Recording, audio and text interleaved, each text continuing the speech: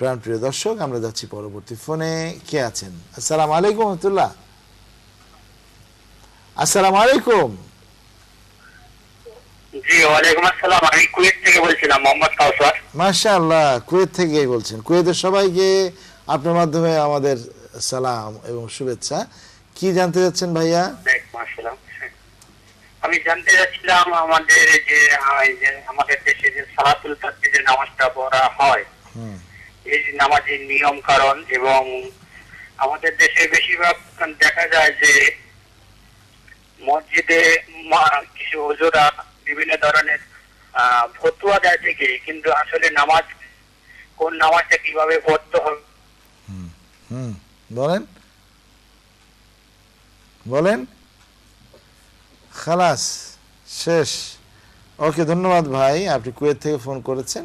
নিঃসন্দেহে কুয়েতের মসজিদে লক্ষ্য করেছেন সালাতুত তাসবিহ বলে কোনো নামাজ পড়ে কিনা তারা। তো যাই হোক, আসুন আমরা জানার চেষ্টা করি শরিয়া থেকে কি বলে এই বিষয়ে। সালাতুত তাসবিহ প্রসঙ্গে যে কয়েকটি হাদিস রয়েছে, সব মুহাক্কিক মুহাদ্দিসিন কেরাম একমত এই হাদিসগুলো খুবই দুর্বল। হ্যাঁ, ফজিলতের জন্য কেউ দুর্বল হাদিসের পর আমল করতে পারে বটে, তবে রাসূল সাল্লাল্লাহু তাআলা সাল্লাম নিজে এই নামাজটি পড়েছেন বলে কোনো প্রমাণ পাওয়া যায় না।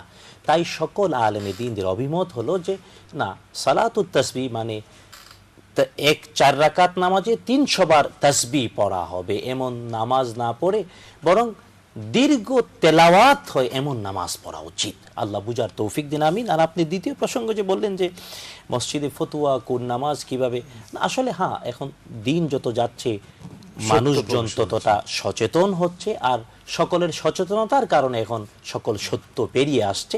আমরা ওই শুভ দিনের অপেক্ষায়, যেদিন আমরা কেবল দলিল ভিত্তিক আমলই করব, দলিলে নাই এমন জিনিস বাপ দাদা করলেও বাদ দিয়ে দেব। আল্লাহ বুঝার তৌফিক দিন, আমিন।